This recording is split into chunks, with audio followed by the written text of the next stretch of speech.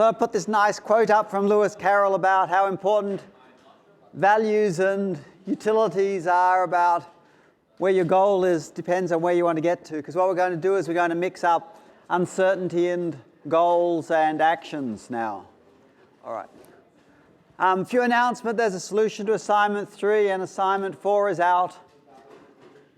At the moment you should be able to do questions 1, 2 and 3. You'll be able to do questions 4 and 5 on Wednesday, after Wednesday or Friday of this week. And you should also be able to do question 6 in it as well. Okay. Does anyone have any questions about anything? So what we've been doing is we've been talking about probability is measured in terms of, defined in terms of measures over possible worlds. The probability of a proposition is the measure of the sets of worlds in which the proposition is true. Conditioning, we just rule out the worlds that are incompatible with the evidence, and then we renormalize. So that we have these belief networks that are representations of conditional independence. Each variable is independent of the variables are not descendants of it given its parents. So it's independent of those variables that are not descendants of it given its parents. We did variable elimination. We compute the posterior probability of a variable given evidence by summing out the non-observed, non-query variables. Last time we talked about a causal model predicts the effects of an intervention. Okay, are there any questions about any of this? Any questions? Okay. So let's do a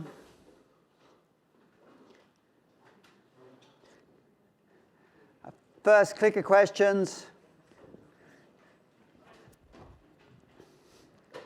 So there's this belief network.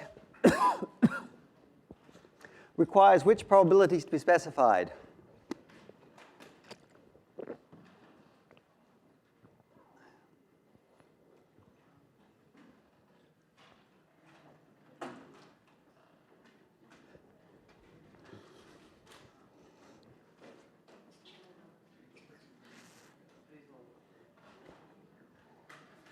All right, how are we going?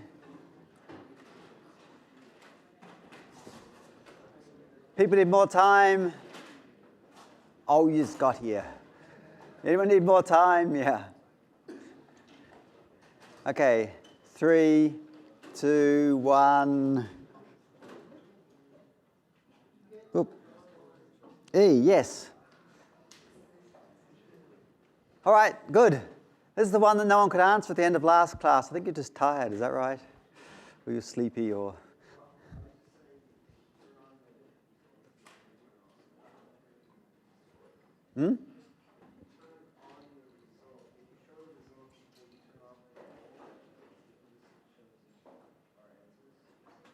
So you want to change your answers if I do that?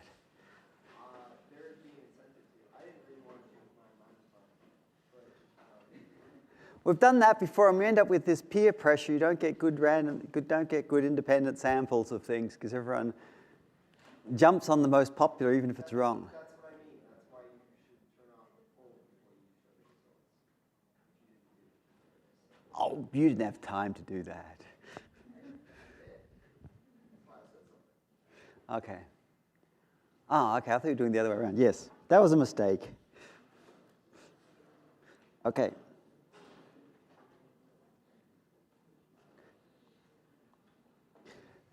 So which of the following is not true? All belief networks are causal networks. All causal networks are belief networks. A causal network predicts the effect of an intervention. An intervention changes the value of a variable by some mechanism external to the model. Or E, intervening on a variable affects the descendants of the variable. So we want to know what's not true.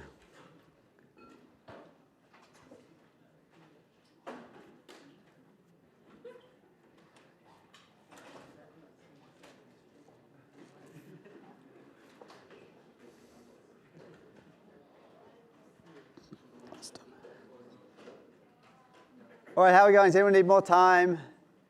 3, 2, 1. I'll stop it first. Oh, that's exciting.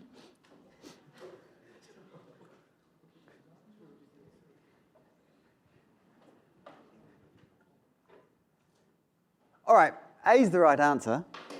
Let's. if you intervene on a variable, we only had this downstream one. Remember, if we had a variable, a network,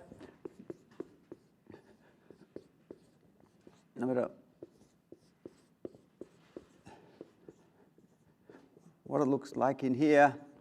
If we observe a variable, remember, we sort of essentially go up and then down, but we intervene, we only go into affect the direct causes of it. So if we intervene on this, if we intervene on this, we change this one, and these ones down here. It's only a downstream. There's no upstream. Whereas if you do observe this, then you end up with, you do an upstream pass. It's as though you can do an upstream pass and then a downstream pass. So E is not the right answer.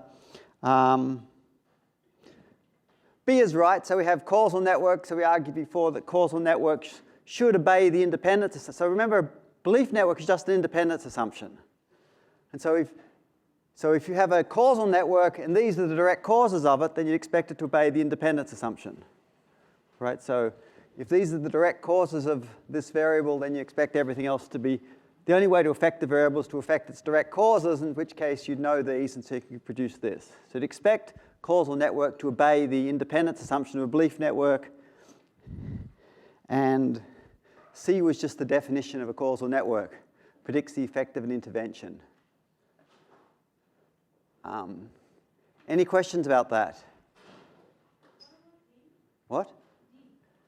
An intervention, well, that's what it means. An intervention means we're going to change this value of this variable, not by changing this, but by changing something outside, by some other mechanism. So if we have the light switch and the light and the switch, by intervening on the light, we're not changing the switch. We're doing some other way of turning the light on and off.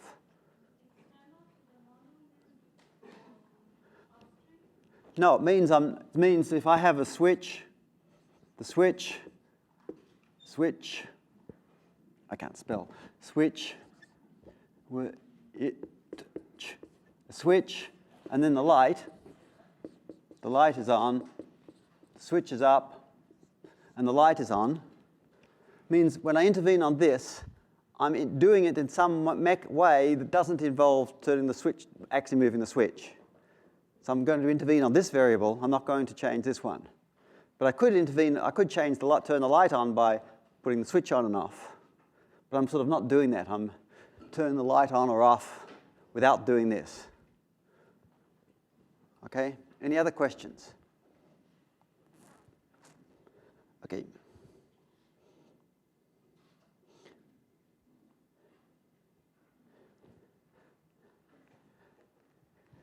So this is not about causal networks. Just given an evidence and a query, which variables can be pruned before running variable elimination? Oh, I should start it.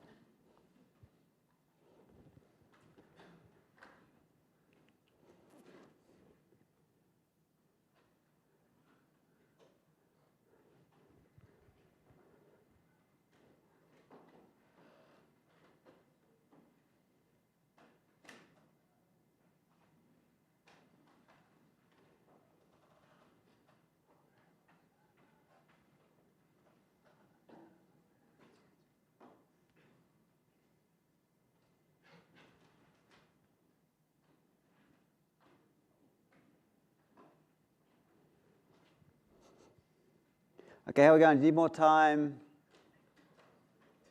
Okay, 3, 2, 1. The answer is D here. Significant number of people said everyone else. You can't, if you're querying this variable, if this is my query variable, if I'm querying this and I observe this,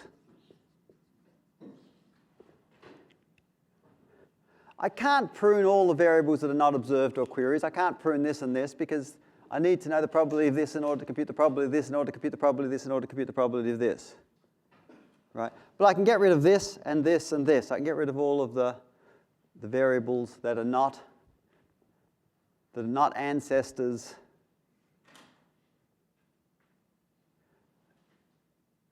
Right, so you get rid of all these variables that are not observed or queries and have no observed or queries descendants. So you can get rid of this and this and this. You can't get rid of any of the other variables in this model.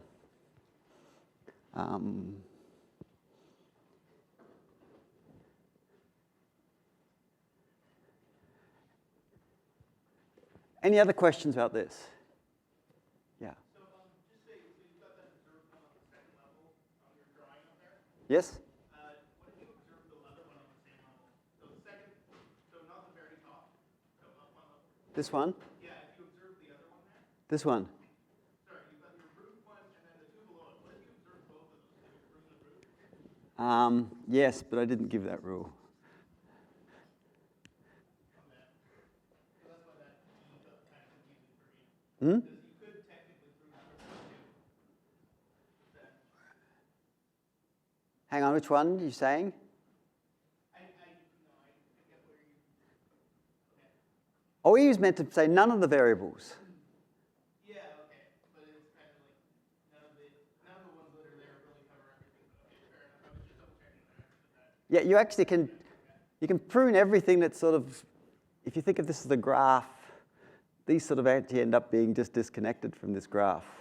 But there's actually a really complicated algorithm I could have told you for pruning things, but I refrained. So if anyone's interested, there's something called deseparation, which tells you exactly which one works. It actually just follows those rules that we gave before, but it's complicated to explain, and this is simple to explain and use, and this does nearly everything you'd want it to do. Okay, any other questions? Okay. So what we're going to do today, so what we're going to still got to do in the course is we're going to do decision making with uncertainty. So we're going to talk about actions and values and goals where we have uncertainty. We're going to talk about how to go about where these probabilities come from, how to learn probabilities. We're going to talk about probabilities and time. So when we have temporal aspects for example, how you localization for the Google car, how you actually do that is essentially one of the probabilistic models we'll do. And we'll also look at some simple probabilistic models of language. So that's what we're going to do in the next 2 weeks. So first of all, today we're going to start talking about decision making with uncertainty. And so what we're going to do is we're going to model the utility of a problem. So we need some aspect, some analogy for a goal, but it allows for uncertainty. So that's we're going to the model that's called the utility. We're going to model a single-stage decision problem as a decision network. So we're going to model simple single-stage decisions, and we're going to have an algorithm to find the optimal policy for one of these. And so what we're going to do is look at this decision network. And so what we're going to do is we're going to look at the case of, so before we looked at a whole lot of deterministic cases. And now we're going to look at stochastic dynamics. We're going to assume it's partially observable, so we're not going to actually know what's true in the world. We're just going to have a partial observability. We're going to reason in terms of features. We're only going to do finite stage problems. We're not going to have indefinite processes that go on indefinitely. You'll actually cover that if you do 422. And we're going to have these complex preferences, but we're still going to assume perfect rationality, flat, singular agent. Knowledge is given, and we're going to reason offline so we can actually work out what the best plan is offline. Okay, so this is where we're going in these dimensions that we looked at. So when we make decisions under uncertainty, it depends on the agent's ability, what options are available to it, what it can do. It depends on the agent's beliefs, the ways the world could be given the agent's knowledge. If you remember the very, very first lecture, we talked about how it depended on your prior knowledge and your observations.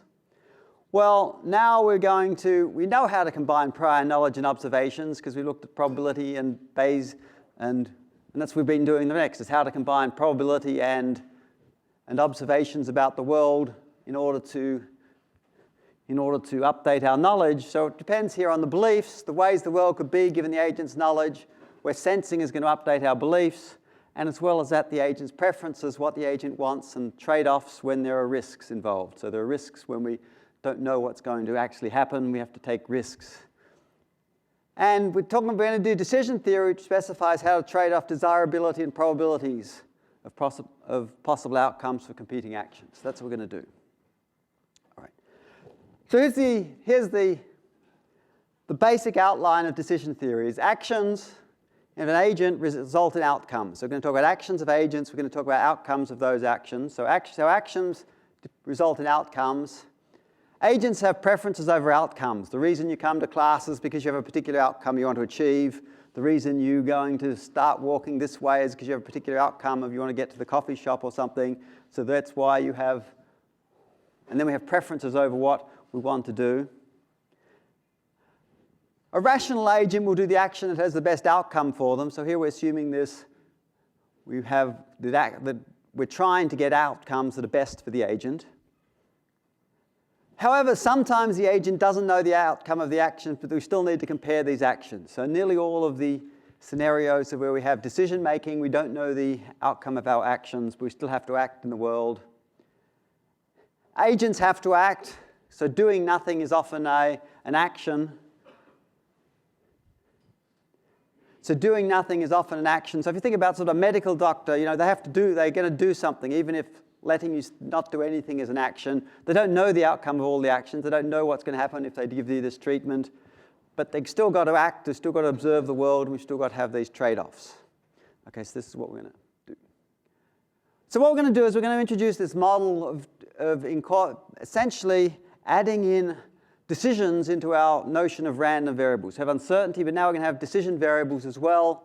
Decision variables are like random variables that an agent gets to choose the value for. So random variables, we essentially had probability distributions over, but decision variables we get to choose a value for. And now we have possible worlds like we did before. It now specifies a value for each decision variable and each random variable. So before, a possible world specified a value for each random variable, and now we have a possible world for each decision variable as well as each random variable. And before we had a measure of possible worlds that sum to 1, but here we only have, for every assignment of values to all the decision variables, we then have the measure of the world satisfies sum to 1. So essentially we get to make decisions, and once we've made our decisions, then the world acts how it's going to act. So that's what's going to happen. So we get to choose variables. We get to choose some variables. There's no probability over them. We just actually get to choose. We get free will. We get choice, and we get to once we've chosen our variables, once we've chosen what to do, then how the world acts is a probability distribution over it. And the probability of a proposition is undefined unless the agent conditions on the value of the decision variables. Right? So if you ask the doctor, what's the probability something's going to happen? Well, it depends on whether you take your medicine. Right? So they're going to tell you, if you take your medicine, there's this probability. If you don't, there's some other probability. It doesn't depend. They're not they're assuming you can choose the values of these decision variables. Okay. So here's an example. Here's sort of a simple example. A robot can choose to wear pads to protect itself or not. So it can choose to wear pads.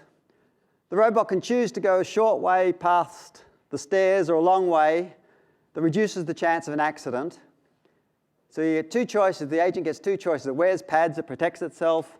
It can either go a short way or the long way, and then it can either have an accident or it doesn't have an accident, but that's not under the control of the agent. So the agent gets to choose whether it wears pads or doesn't wear pads. It gets to choose which way it goes, but then it can have an accident or not. It's not under the choice of the agent. This is what essentially, you think of it as world choosing this. Okay, so this is the example that we're going to use for the first part of today. All right. Any questions about that? Is that clear? Yeah. Yeah, so we're going to use squares as choices the agent gets to make and circles as choices that we'll do that in a minute, which is just choices that nature makes. So the robot knows the possible outcomes, but does it know the probabilities? Well, in here we're actually going to model because knowing the probabilities of accidents given which way you came. So here with the accident, whether you have an accident is going to depend on whether you go the short way or the long way, but not whether it wears pads, but whether the severity of the accident's going to depend on whether you wear pads or not. So it has all these mixes of things. Any other questions?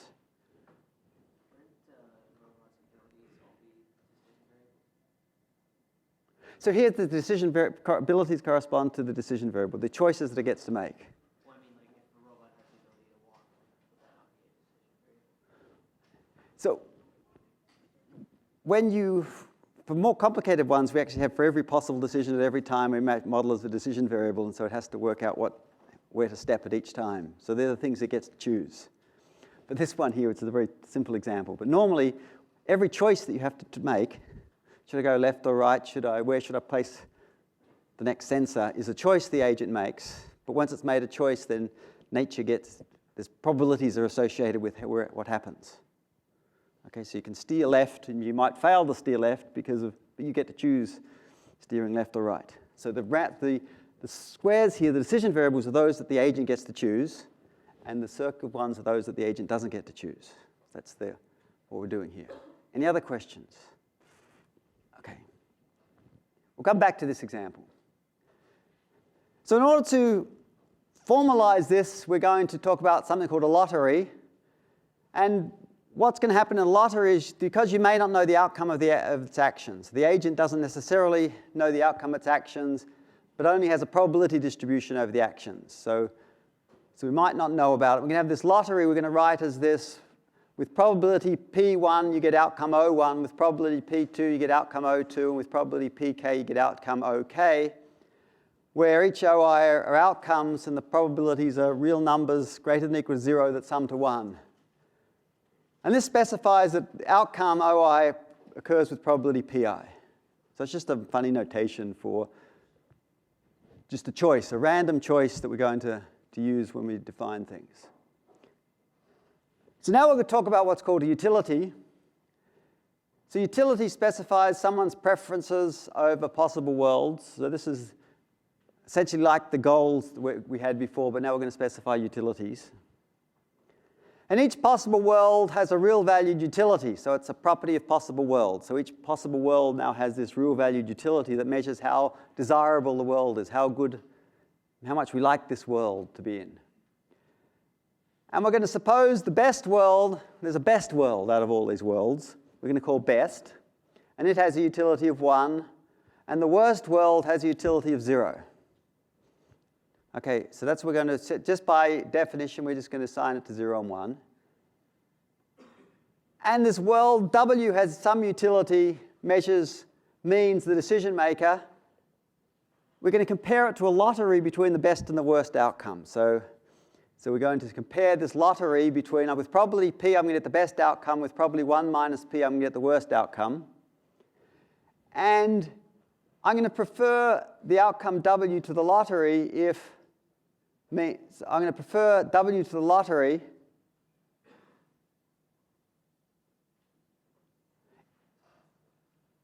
hang on, it's the wrong way around. Hang on, wait a minute. I just made it up this morning.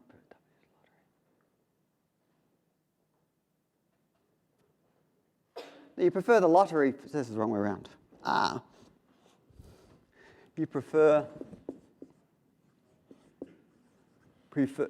So essentially, so what happens is that we're going to end up with this. Let's go down here. So we're going to be indifferent between W and the lottery, between picking the best and the worst when P. So we're going to think about we're going to think about having a toss-up between the best and the worst outcome. And at some stage, we're going to change our mind. As P changes, we're going to change our mind between preferring this lottery and the best thing. So we can think about here as P on the x-axis. P on the x-axis, we're going to have this P in this P of best. And now we're going to work out what happens. Do we prefer P with best and 1 minus P, we get the worst outcome. There's this outcome. We get to choose this versus choosing W. So we either get to choose this or this. So if P is 0, what should we choose? For almost all of your W's, what should we choose? Right, for this one here, we should choose W, right? So we're going to choose that for a while. When P is 1, we're going to choose, what are we going to choose? If P is 1, right, this is the best outcome. So we're going to choose the lottery. And so it's going to happen like this. And so what happens is we end up with a place we're going to flip. So we're going to think about, for each p, we're going to think about how varying this versus this. And as we increase w, all of a sudden we're going to flip. And is this the right way around? You prefer w to the lottery. So this is you prefer w for all p's less than. Oh, I won't change it. Okay. Okay, so you prefer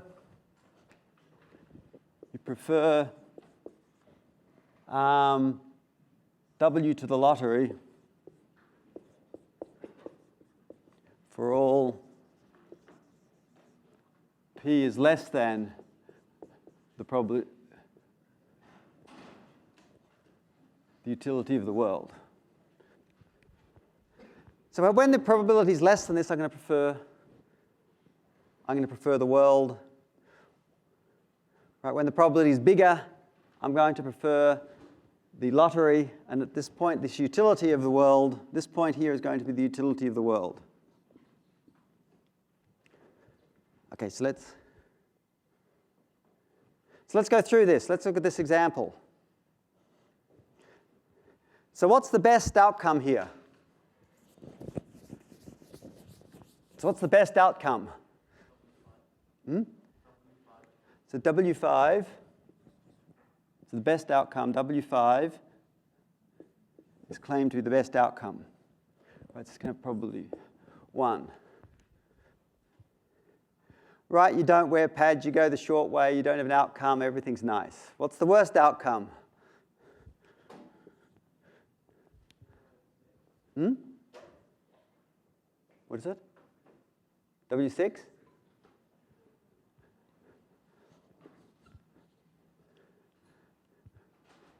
Okay, so you didn't wear pads, you went the long way, you had an accident, so you ended up with severe damage, but you also paid the cost of going the long way.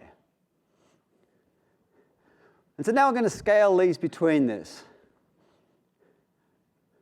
Right, so W0 is you end up, so now we're going to try and work out where on this scale we're going to put W0.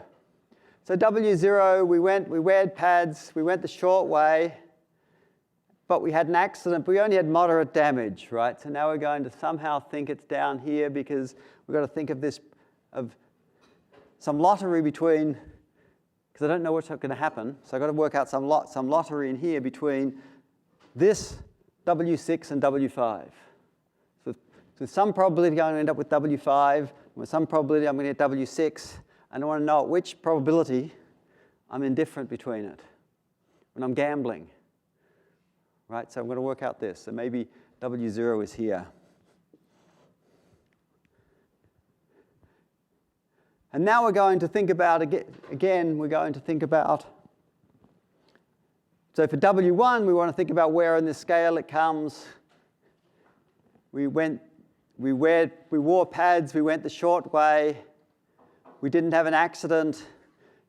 So where does that come? Yeah.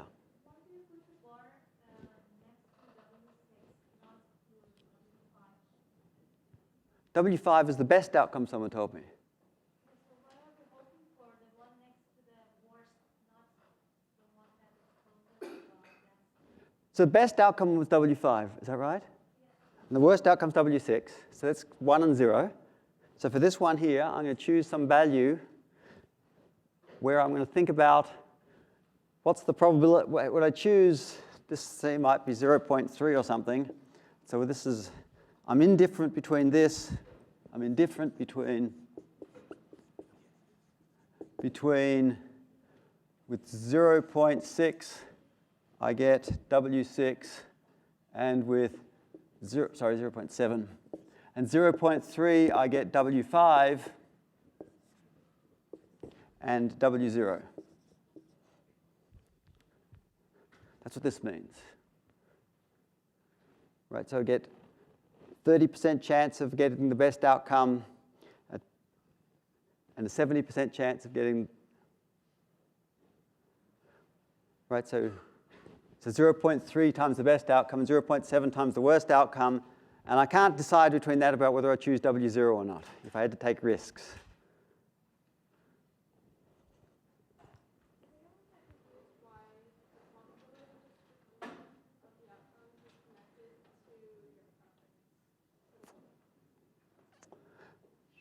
because I have to trade, because there's a risk that this is going to happen, there's a risk that this is going to happen, there's a risk that all these things might happen.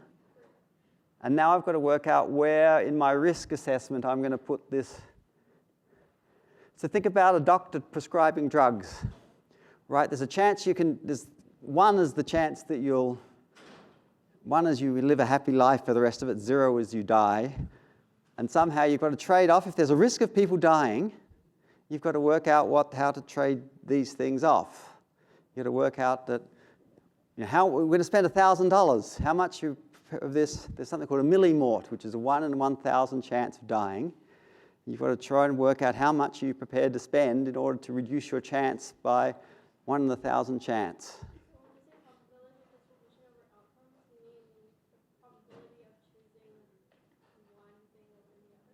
No, I mean that we don't get to choose which one of these happens, but we get to choose which action we do.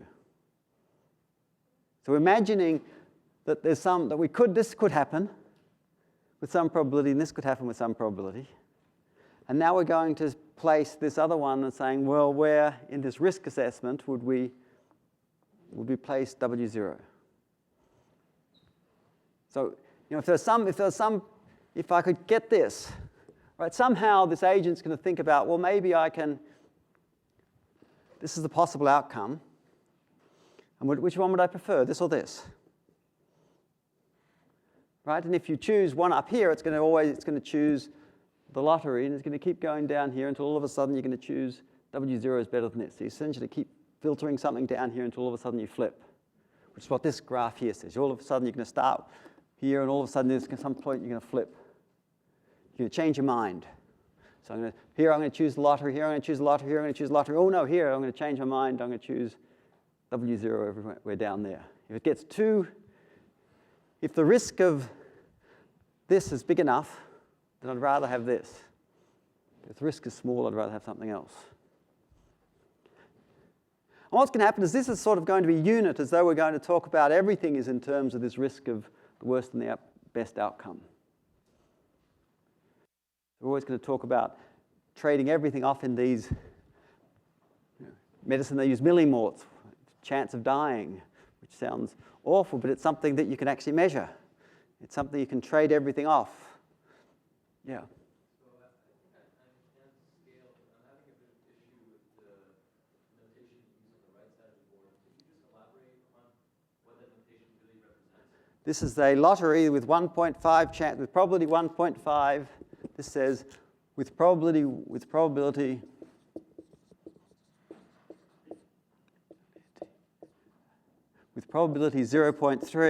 W5 occurs, and otherwise W6 occurs. That's what this means. So is that related to the 0.3 that you wrote on the scale? Right, so P, yes, this is the 0.3. This is the 0.3. This 0.3 here, probably the best, corresponds to this 0.3. So this is why I'm choosing. I get to choose this number. I'm effectively going down